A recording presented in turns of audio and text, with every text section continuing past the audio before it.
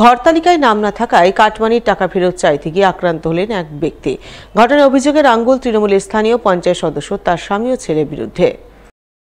ঘটনাটি ঘটেছে মালদার হরিশ্চন্দ্রপুর থানার বড় এলাকায়। জানা গেছে, আক্রান্ত ব্যক্তির নাম দুর্গা প্রসাদ সাহা।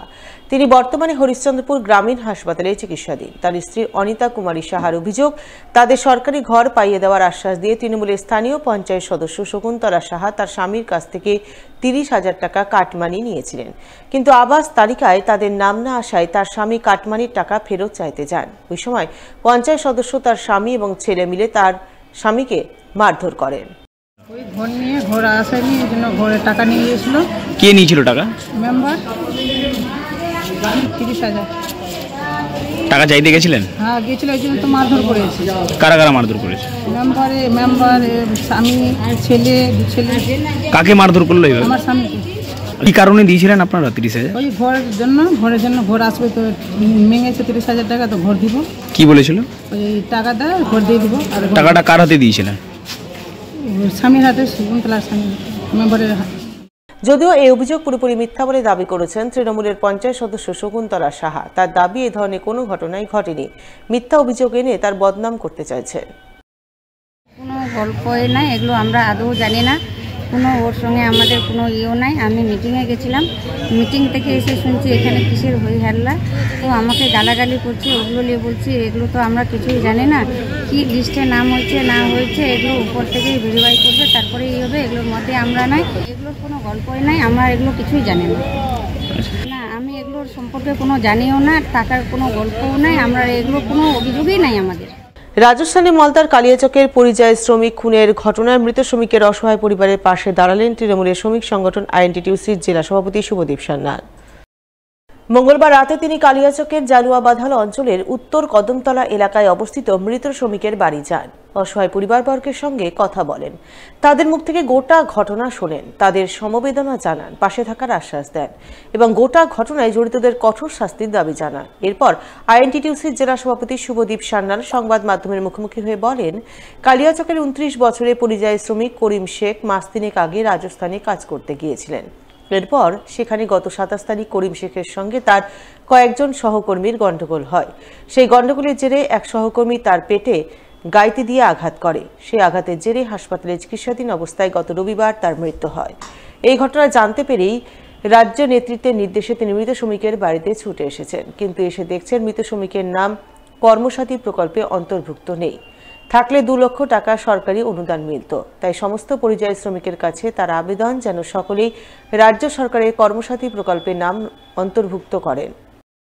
করিম শেখ, তাকে গত 27 তারিখে নির্মমভাবে রাজস্থানে তাকে আঘাত করা হয় এবং তার পরবর্তীকালে হাসপাতালে তিনি ভর্তি হন এবং সেইখানটাতে তার মৃত্যু হয়। আমরা চেষ্টা করছি যে এই পরিবারের পাশে কি করে দাঁড়ানো যায়। কর্মসাথীতে তার যদি নামটা আজকে নথিভুক্ত থাকতো, তাহলে মমতা বন্দ্যোপাধ্যায়ের দেওয়া আজকে সেই আর্থিক সাহায্যটা ইতিমধ্যেই সেই পরিবারের কাছে হয়তো আগামীকালকের মধ্যে আমরা পৌঁছে দিতে পারতাম। কিন্তু দুঃখের বিষয়, তার কাছে সরকারিভাবে লোক আসা সত্ত্বেও তারা কিন্তু সেখানটাতে সেইটা নামটা নথিভুক্ত করেনি। এইটা আমরা এইখানটাতে এই গ্রামের যেহেতু প্রচুর পরিযায়ী শ্রমিক আছে, সবার কাছেই আমরা আবেদন করব যে এই ঘটনার দ্বিতীয়বার যাতে এখানে না ঘটে, সকলে যাতে নামটা অন্তত নথিভুক্ত করে এবং আমরা চাইব যে এই ঘটনার পূর্ণাঙ্গ তদন্ত হোক এবং যেই দোষী থাকুক সেই দোষীর এখানটাতে দৃষ্টান্তমূলক শাস্তি আমরা দাবি করছি। ধার দেনা করে 5 বিঘা জমিতে ধান চাষ করে ধান ঘরে তোলার আগেই কার্যত সর্বশান্ত হলেন এক ধান চাষি। 5 বিঘা জমি সমস্ত ধানে আগুন লাগালো কেউ বা কারা, সেই আগুনে পুড়ে ছারখার হয়ে গেল সমস্ত ধান। এই ঘটনাকে ঘিরে জোর চাঞ্চল্য ছড়ায় মালদার মানিকচকের জোতপাট্টা এলাকায়। জানা গেছে, ওই এলাকার ধান চাষি সুরেশ মণ্ডল তার নিজের 1 বিঘা জমি এবং অন্যের কাছে লিজ নেয়া 4 বিঘা জমি অর্থাৎ মোট 5 বিঘা জমিতে ধার দেনা করে এবছর ধান চাষ করেছিলেন। ধান পেকে যাওয়ায় জমির ধান কেটে গ্রামে এক ফাঁকা জায়গায় ধান ঝাড়াই করার জন্য পালা করে রেখেছিলেন। কিন্তু মঙ্গলবার রাতে সেই ধানের পালাতে কেউ বা কারা আগুন ধরিয়ে দেয় বলে অভিযোগ। ফলে আগুনে পুড়ে ছারখার হয়ে যায় সমস্ত ধান।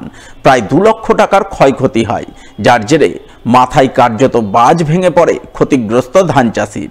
তাই ক্ষতির হাত থেকে বাঁচতে তিনি সরকারি সাহায্য সহযোগিতার জন্য করুণ আবেদন জানান। কালকে আমরা হঠাৎ দেখতে পাচ্ছি সন্ধ্যার দিকে যে দাউ দাউ করে আগুন জ্বলছে। আমরা প্রতিবেশী গ্রামবাসী সবাই এসে আগুনটাকে নিভালাম। মানিকচক থানাতে ফোন করা হয়েছিল, মানিকচক থানা থেকে পুলিশ আসলো। মানে যেহেতু আমরা করলাম দিয়ে আস্তে আস্তে সব ধানগুলো পড়ে যায়। এটা কেউ আক্রোশভাবে লাগিয়েছে। এটা এখানে কোনো তার নাই, ইলেকট্রিক নাই, কোনো আগুনের নাই। এটা খোলা মাঠ, খোলা মাঠের মধ্যেই পালা দেওয়া ছিল। আজকে ধানটা মারতো, গতকালকে আগুন লাগিয়ে পুড়িয়ে দেওয়া হয়েছিল। আমরা যা আসলাম দেখলাম যে এগুলো সব পুড়ে সব ছাই হয়ে গেছে। মানিকচক থানার প্রশাসন আস্তে আস্তে সব ছাই, মানে 2 লক্ষ টাকা মোটামুটি হতো ধান আর কাঁড়ি থেকে। ও চাষবাস করে খায়, এতেই ওর সংসার চলে, আর কোনো রাস্তা নাই। ও বৃদ্ধ মানুষ আছে। হ্যাঁ, আমি চাই যে সরকার কিছু ওকে সাহায্য দিয়ে যেন হেল্প করে। ক্ষতি মোটামুটি 15 লাখ টাকা। আগুন এখানে তো কিছু নাই, ফাঁকা মাঠ আছে, তার পারও নাই।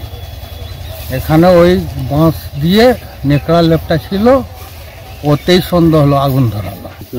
আমার কাছে দেখুন স্যার কিছু নাই, কিছু সাহায্য যদি করে সরকার থেকে, রেডিও বা ভিডিও। পঞ্চায়েত ভবনের রং নিয়ে বিতর্ক, আর সেই বিতর্কের অবসান হলো রং বদলে। ঘটনা পুরাতন মালদার বিজেপি পরিচালিত ভাবুক গ্রাম পঞ্চায়েতের। দিন কয়েক আগেই ভাবুক গ্রাম পঞ্চায়েত ভবন গেরুয়া রঙে রাঙিয়ে তোলা হয়, যা নিয়ে শুরু হয় বিতর্ক। শাসক দল তৃণমূলের পক্ষ থেকে অভিযোগ তোলা হয়, বিজেপি পরিচালিত ভাবুক গ্রাম পঞ্চায়েতের প্রধান, উপপ্রধান সহ বিজেপির অন্যান্য পঞ্চায়েত সদস্যরা মিলে গ্রাম পঞ্চায়েত অফিসকে তাদের দলীয় অফিসের রূপ দেওয়ার চেষ্টা করছেন। সেই কারণেই সরকারি ভবনে নীল সাদার পরিবর্তে গেরুয়া রং করা হয়েছে। তাই তৃণমূলের পক্ষ থেকে এই বিষয়ে প্রশাসনের বিভিন্ন মহলে অভিযোগ জানানো হয়। আর এই অভিযোগ জানানোর পর এদিন সকাল থেকেই ভাবুক গ্রাম পঞ্চায়েত ভবনের গেরুয়া রং মুছে তার উপর নীল সাদা রঙের প্রলেপ দেওয়ার কাজ শুরু হয়। ভাবুক গ্রাম পঞ্চায়েতে আমরা কাজ করছিলাম, করার পরে একটা গেরুয়া কালার হয়ে গেছিল হঠাৎ। হওয়ার পরে আজকে থেকে আবার শুরুয়াত করেছি আমরা। আমাদের প্রধান সাহেব বললেন যে এটা কালারটাকে চেঞ্জ করে এটা সাদা কালার আর ব্লু বিট দিয়ে কালারটা করতে। তো আজকে আমরা প্রথম শুরুয়াত করেছি, এই 7-8 দিনের মধ্যে মাথায় কালারটা চেঞ্জ হলো। ঘটনায় পুরাতন মালদা ব্লক তৃণমূল সভাপতি রবীন দাস অভিযোগ করে বলেন, সরকারি পঞ্চায়েত ভবনকে বিজেপি নিজেদের দলীয় কার্যালয় মনে করে গেরুয়া রঙে রাঙিয়ে তুলেছিল। এর বিরুদ্ধে তারা প্রশাসনের কাছে অভিযোগ জানিয়েছিলেন। আর অভিযোগ জানানোর পর বিজেপির প্রধানের বোধোদয় হয়েছে, গেরুয়া রং মুছে নীল সাদা রং করা হচ্ছে। যদিও ভাবুক গ্রাম পঞ্চায়েতের বিজেপির প্রধান প্রভুনাথ দুবের বক্তব্য, তারা সামান্য রং নিয়ে বিতর্ক চান না, মানুষের কাজ করতে চান। তৃণমূলের পায়ের তলায় মাটি নেই বলেই অহেতুক বিতর্ক তৈরি করছে। প্রশাসনের মাধ্যমে রং পাল্টাতে চাপ সৃষ্টি করেছে, সেই চাপে পড়েই গেরুয়া রং মুছে নীল সাদা রং করছেন। ভাবুক অঞ্চল হচ্ছে বিজেপি পরিচালিত অঞ্চল। এই অঞ্চলের পুরো নীল সাদা রং ছিল, রং করার কোনো প্রয়োজন ছিল না।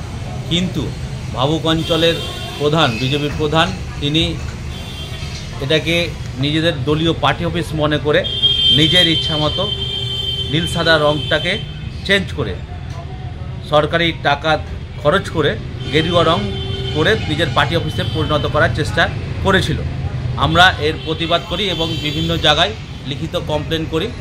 তারপরে পরবর্তীতে এখন প্রশাসনিক উদ্যোগে সেই ভাবুক পঞ্চায়েতের প্রধান আবার সেই গেরুয়া রং মুছে নীল সাদা রং করছে।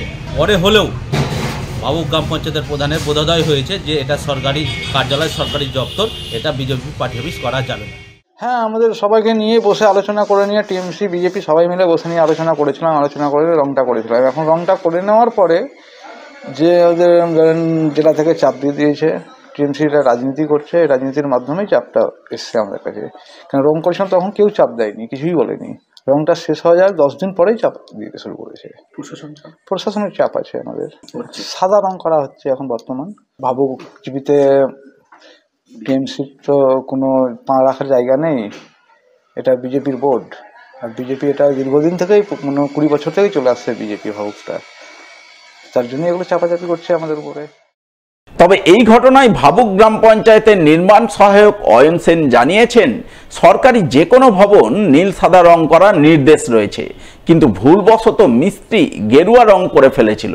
তাই সরকারি নির্দেশ মেনে তারা পুনরায় নীল সাদা রং করছেন। অ্যাকচুয়ালি এটা ভুলবশত কালারটা হয়ে গেছিল, কিন্তু আমরা এটা প্রশাসনিক মহল থেকে আমাদেরকে জানানো হয়েছে এবং সেটা লিখিত অর্ডারও আছে। আজ থেকে প্রায় 10 বছর কি 12 বছর আগে অর্ডারটা বেরিয়েছিলেন, চিফ সেক্রেটারি বের করেছিলেন এটা, যে এটাকে যে কোনো সরকারি দপ্তর নীল সাদা রঙিন করা হইবে আর কি। এটা অ্যাকচুয়ালি কারো গাফিলতি না, এগুলো মিস্ত্রি ভুলবশত এটা রংটা করে দিয়েছে।